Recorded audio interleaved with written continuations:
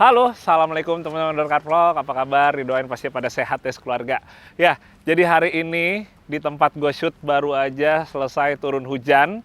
Semoga menjadi berkah buat kita semua. Sementara apa yang kita shoot hari ini adalah Toyota Prado 120 atau generasi ketiga, di mana gue membawa dua buah Prado di sini. Nah, kira-kira apa yang membedakannya dan kira-kira apa saja yang menarik sebenarnya dari Prado generasi ketiga ini? Ikutin videonya.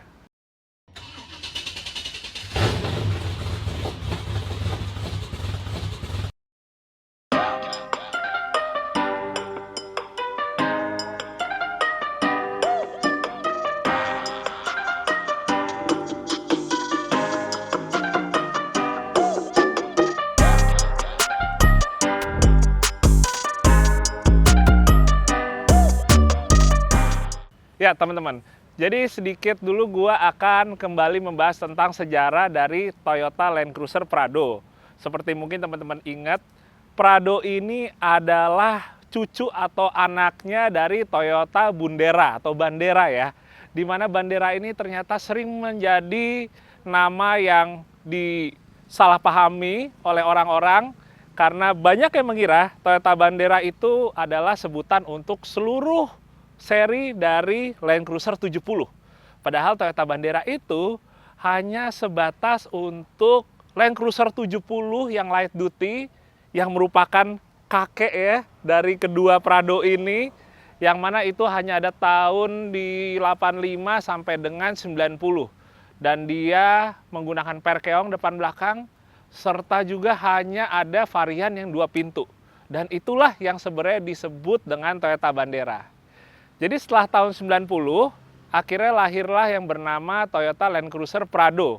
Jadi udah pakai nama Prado sekarang, dan Prado itu sampai hari ini ada 4 generasi teman-teman.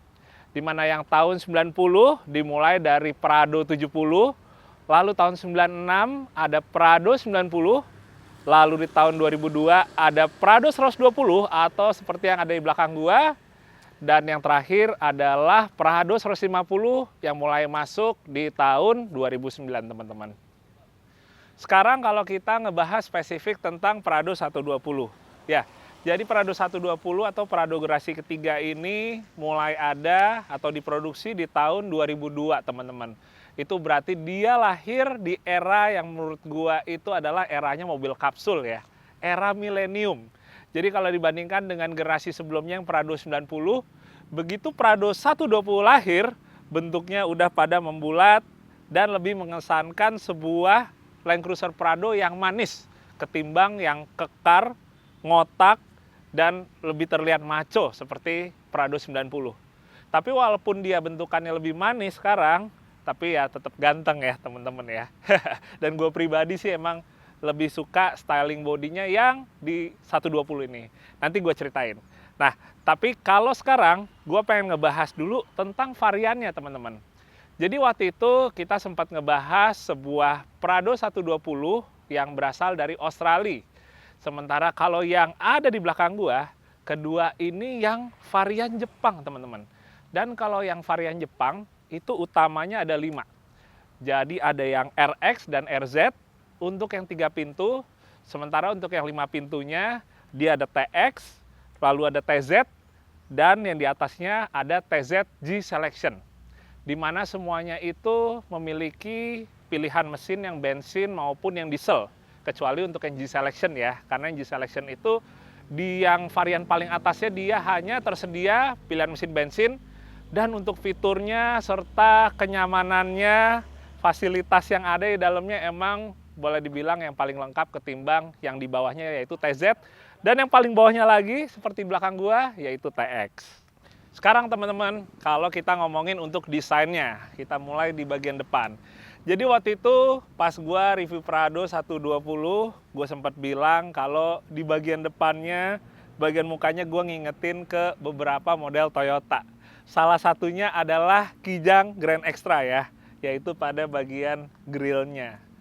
Terus buat lampunya dibandingkan dari yang Prado 90 di mana lampunya benar-benar masih yang ngotak, sekarang udah modelnya dia lebih modern, lebih melancip ya, seperti kayak mata ditarik ke belakang gitu teman-teman.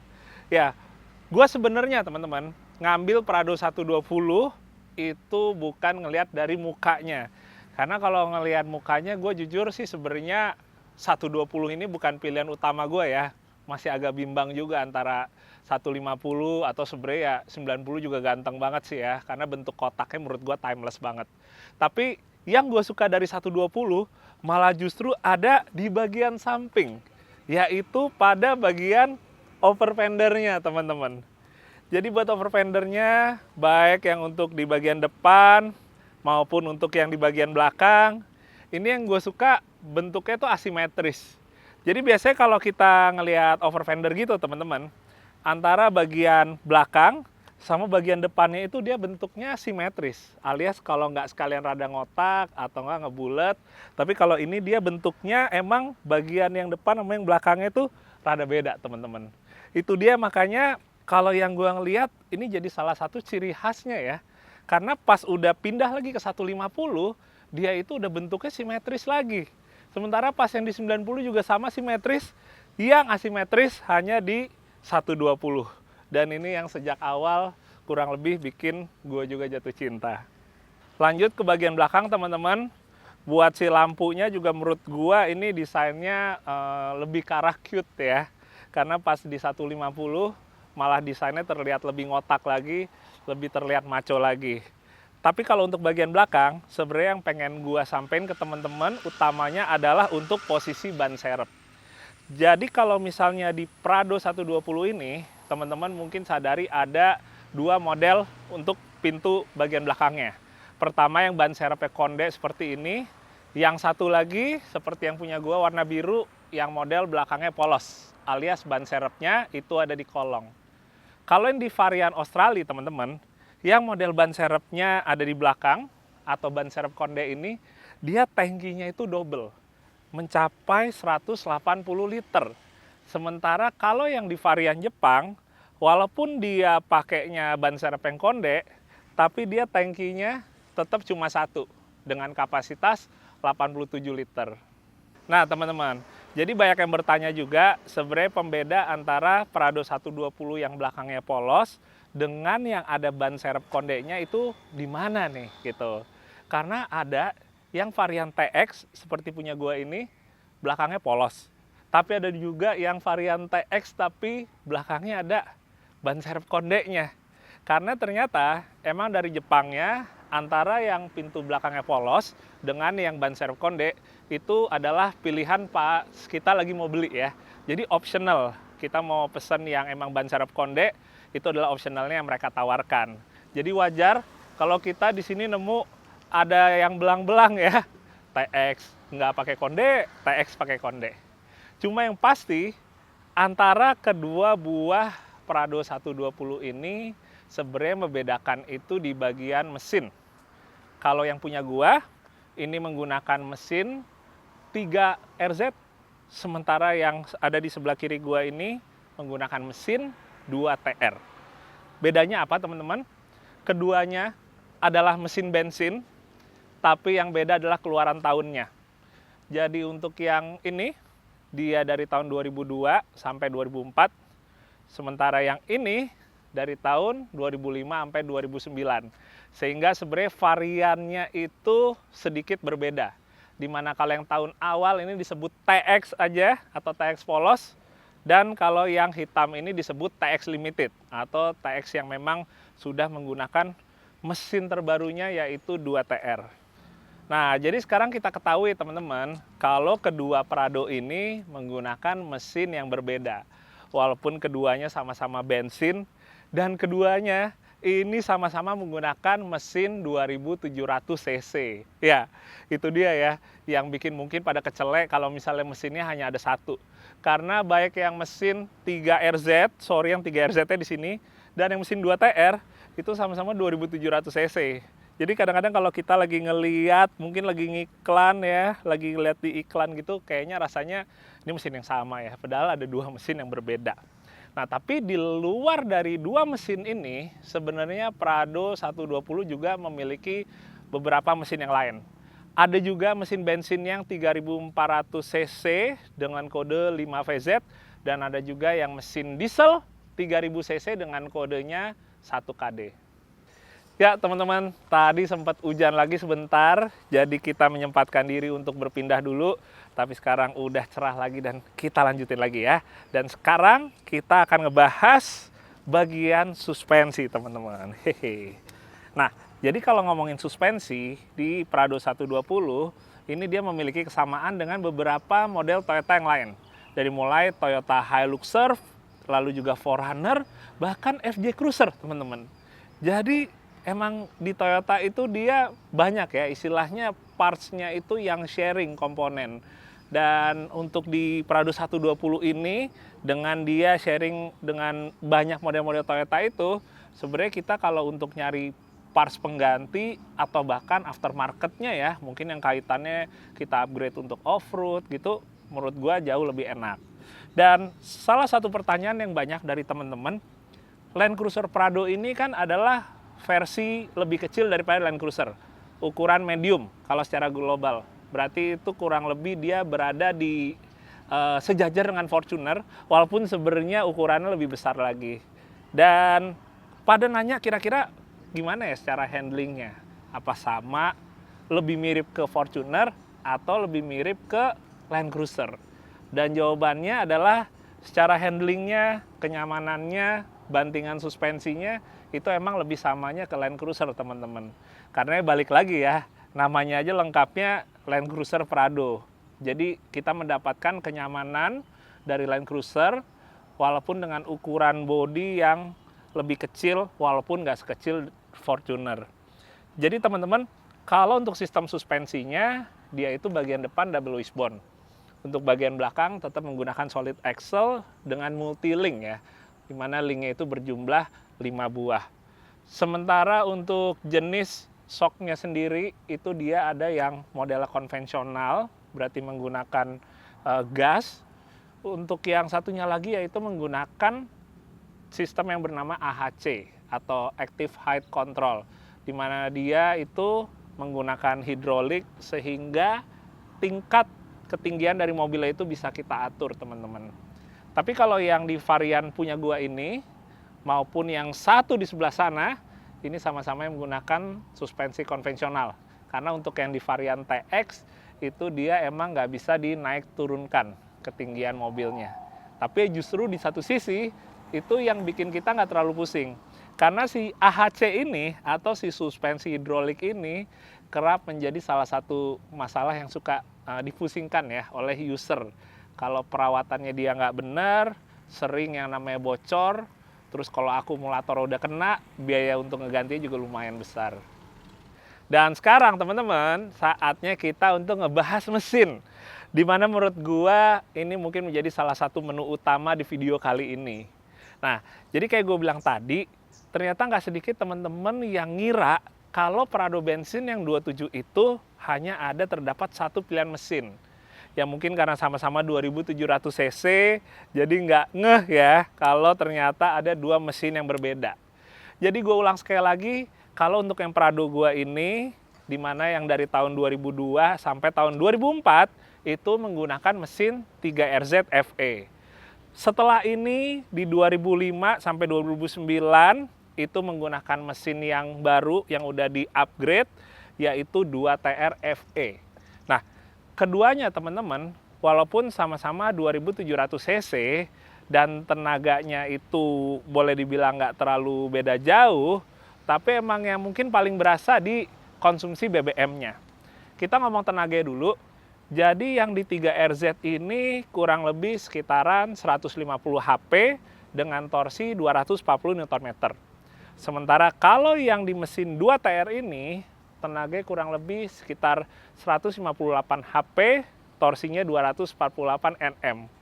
Jadi selisihnya hanya sedikit teman-teman, tapi karena yang mesin 2TR ini, dia dilengkapi VVT-i, secara mesinnya pun juga lebih baru ketimbang yang 3RZ, jadi dia konsumsi BBM-nya kurang lebih bisa dapat di 1718 ya.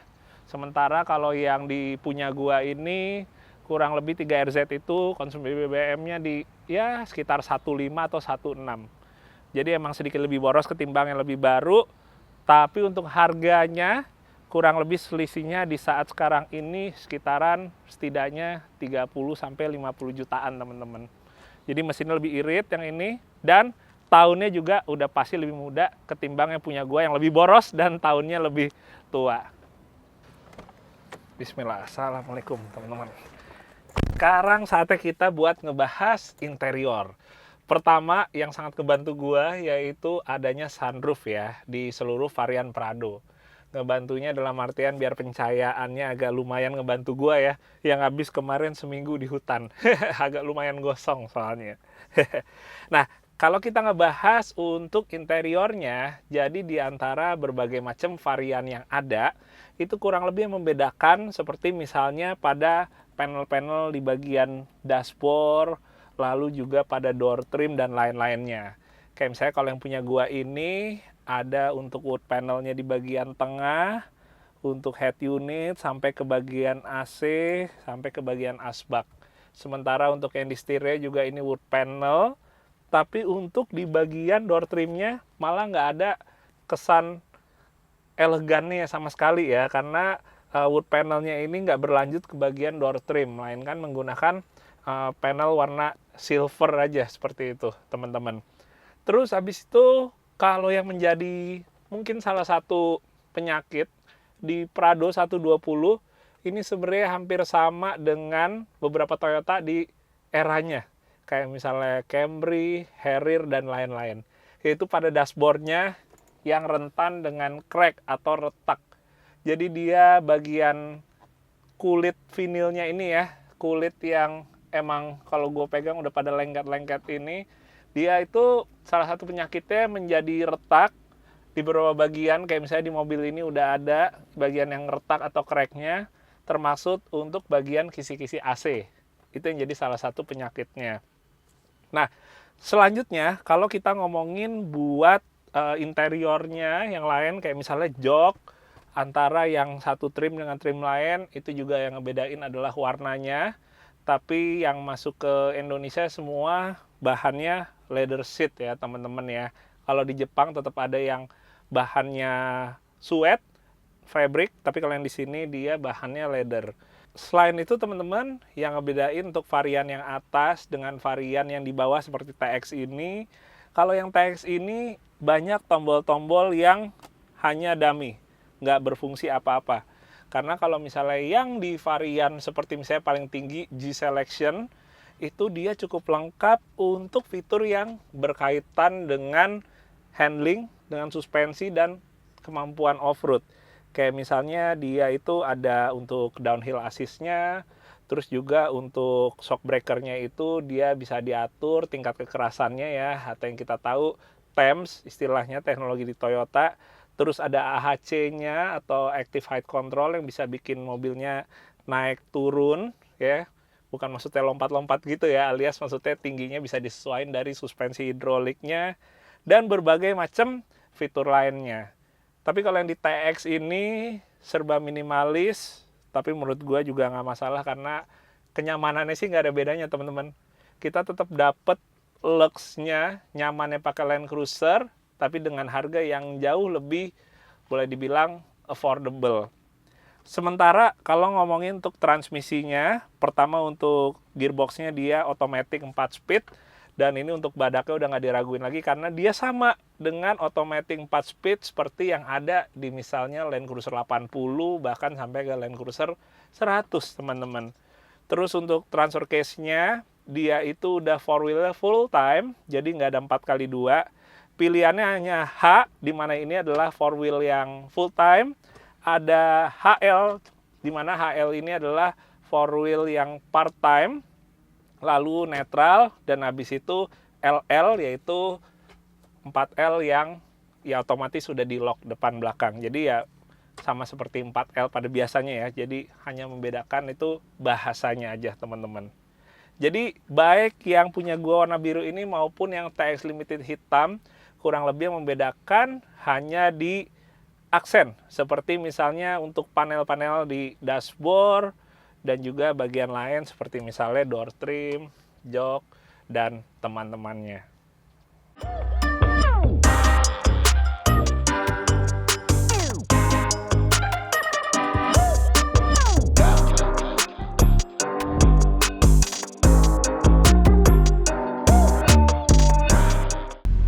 saatnya kita buat nyobain sekilas tentang perbedaan keduanya teman-teman. Jadi emang kalau di luar mesin itu hampir semuanya sama, yang membedakan hanya di mesin. Jadi kalau kita ngomongin buat di suspensi juga sama, buat kita ngomongin bagian kayak fitur-fiturnya juga sama, bahkan sampai gearboxnya dan transfer case-nya juga sama teman-teman. Kalau buat overall dari pakai mesin yang bensin, mau yang 3RZ ini atau 2TR yang kita coba habis ini, dua-duanya sama-sama dapat nyamannya karena pertama senyap, kedua nggak ada rasa getar yang biasa kita dapat di diesel ya. Jadi mungkin buat teman-teman yang udah terbiasa pakai SUV dengan mesin diesel, begitu kita nyobain ke bensin ini langsung berasa kayak ada satu rasa yang mungkin udah lama kita rasain kalau lagi naik SUV ya, terutama SUV yang ukurannya besar teman-teman. Jadi itu dia yang gua suka sebenarnya, kita dapat kayak heningnya kalau lagi nyetir sedan, tapi kita juga dapet rasa confident-nya dengan mobil tinggi tangguh yang siap ngelibas jalan-jalan yang boleh dibilang tidak sopan ya, tidak sopan. Sementara buat tenaganya, 3RZ ini yang orang suka pada bilang kurang ya, atau setidaknya pas-pasan, itu emang gua akuin bener teman-teman. Tapi lebih berlaku ke untuk stop and go-nya. Jadi kayak misalnya kalau gua nih udah nginjek pedal lumayan dalam, dia mulai dari 1500 ke 2500 saja kayaknya naiknya berasa kayak effort gitu ya, nggak bisa yang naiknya cepet gitu, nggak bisa seperti ya biasanya yang kita coba di mesin-mesin diesel atau di mesin bensin yang cc-nya besar.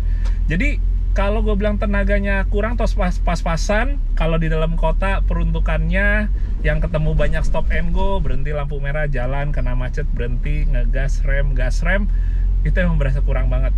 Tapi kalau kita pas lagi di luar kota, tapi dengan catatan mungkin keluar kotanya kita lewat jalan-jalan yang flow-nya lancar terus ya, misalnya kayak tol, itu masih ketolong banget.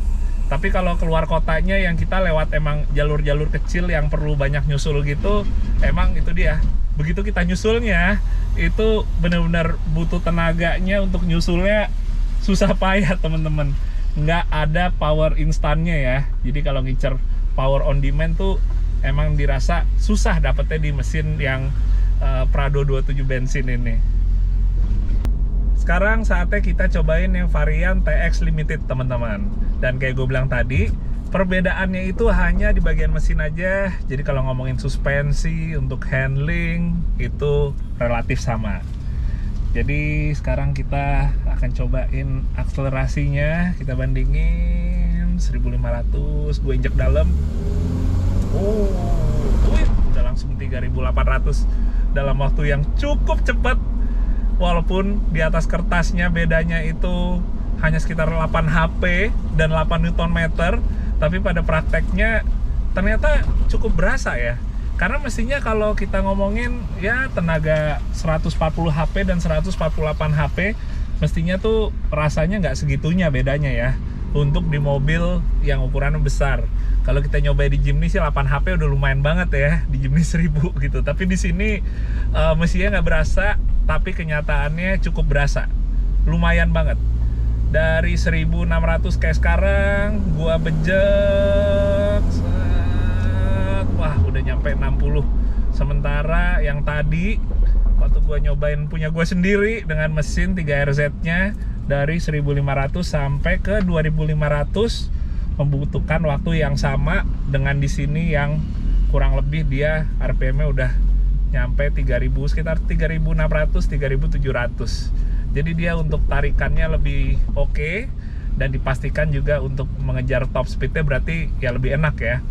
Itu dia, gua kebayang kalau misalnya kita pakai buat keluar kota yang perlu banyak nyusul, pakai yang mesin 2TR ini lebih enak ya, lebih effortless ketimbang pakai yang varian gua yang TX yang mesinnya 3RZ.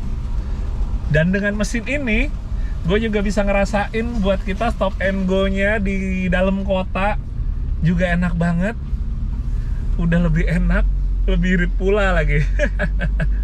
Ya, tapi ya kembali lagi teman-teman, pilihannya itu kalau untuk bensin antara dua mesin ini sih dengan selisihnya yang di sekitaran setidaknya 30 sampai 50 juta.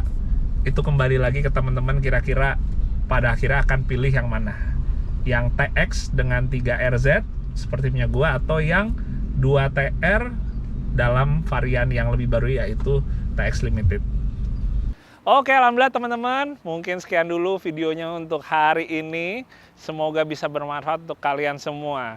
Nah, jadi teman-teman, dengan gua membuat kurang lebih sebenarnya komparasi kecil ya, komparasi ringan yang memfokuskan pada mesin di kedua Prado 120 ini, semoga juga bisa membuka tambahan wawasan untuk teman-teman yang mungkin berminat dengan Prado 120 yang versi bensin. Dimana menurut gua sampai saat ini keduanya ya tetap harganya lebih affordable dibandingkan yang diesel. Saat ini, saat video ini dibuat, kurang lebih kalau untuk yang masih mesin 3RZ bisa didapat di 230 jutaan. Kalau untuk yang 2TR ini kurang lebih bisa didapat di 270-an. Ya, tapi itu nggak mengikat ya. Sekedar buat gambaran aja.